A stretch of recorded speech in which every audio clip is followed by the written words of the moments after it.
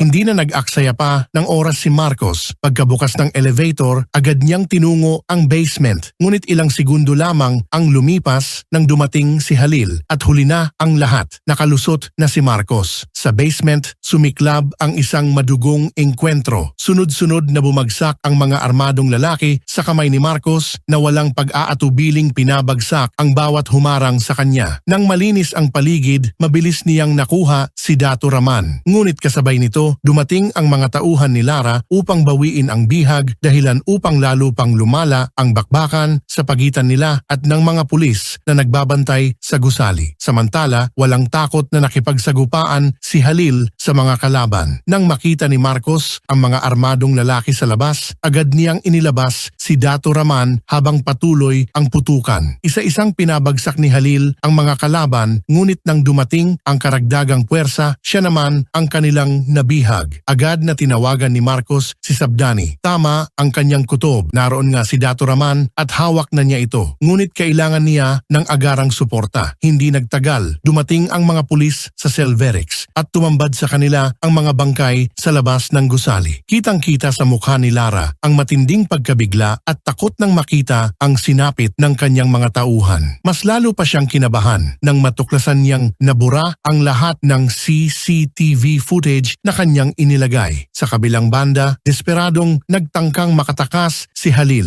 Ngunit wala siyang laban sa dami ng mga dumukot sa kanya. Pagdating ni Marcos sa crime scene, agad siyang kinumpronta ni Lara kung bakit ngayon lamang siya dumating. Ngunit nagkunwari si Marcos na walang alam sa nangyari at sinabing pauwi na sana siya nang makatanggap ng alerto. Ilang sandali pa, dumating si Azuelo, halatang galit at naghahanap ng paliwanag kina Lara at Marcos. Muli nilang sinuyod ang buong gusali. Sa gitna ng paghahalughog, may napulot si Azuelo, isang susi. Hindi niya alam na si Marcos mismo ang sadyang nag-iwan nito upang matuklasan nila ang lihim na basement. Ipinaliwanag ni Marcos na isa itong high security bypass key. Agad niyang inutusan ang mga pulis na hanapin ang anumang nakatagong daanan. At tama nga si Suarez, ang susi ay para sa elevator na hindi nila mabuksan. Habang papalapit sila sa basement, lalong tumitindi ang kaba ni Lara. Alam niyang malapit nang mabunyag ang kanyang lihim. Pagdating nila roon, tumambad sa kanila ang nakapanlulumong tanawin, mga bangkay na nagkalat sa sahig at wala na si Dato Raman. Tama ang hinala ko, mariing sabi ni Marcos, dito nila itinago si Dato Raman. Ngunit muli silang nabigo. Galit na galit si Azuelo. Sino ang kumuha kay Dato Raman? Saan ito dinala? At bakit palagi silang nauunahan? Samantala, nang mapanood ni na Omar at Rashid ang balita tungkol sa Selverix, agad nilang naalala na naroon si Jalil noong gabing iyon. Tumulong pa nga si Rashid sa pagmamatiyag bago dumating ang mga pulis. Nang hindi nila makontak si Halil, labis ang kanilang pag-aalala. Natakot si Hana sa maaaring sinapit nito. Habang iniisip ni Marcos ang nangyari, hindi niya maalis sa isip ang nasaksihan niya, ang husay ni Halil sa pakikipaglaban. Sino nga ba talaga si Halil? Nandoon ba siya upang iligtas si Dato Raman? Hindi niya alam, ang mga tauhan pala ni Felix ang dumukot kay Halil. Nang ipaalam sa kanya na hawak na nila ang lalaking matagal na niyang hinahanap, ang anak ni Dato Raman, labis ang tuwa ni Felix. Sa wakas, nasa kanyang mga kamay na ang taong nais niyang gantihan at patayin. Habang si Lara ay nagngangalit sa pagkawala ni Dato Raman sa kanyang poder, si Jalil naman ay pinahihirapan sa isang lihim na lugar. Ngunit bago pa man maisakatuparan ni Felix ang kanyang paghihiganti, may mga misteryosong lalaking dumating at iniligtas si Jalil. Sinabi nilang kailangan niyang sumama sa kanila dahil malapit na niyang makilala ang taong tutulong sa kanya upang makapasok sa Inleia. Samantala, halos magliyab sa galit si Felix nang matuklasan niyang muling nakatakas si Jalil sa kanyang mga kamay. Yan ang mga nagaganap sa episode na ito. Hanggang sa muli nating kwento, huwag sanang kalimutang mag-subscribe. Maraming salamat po.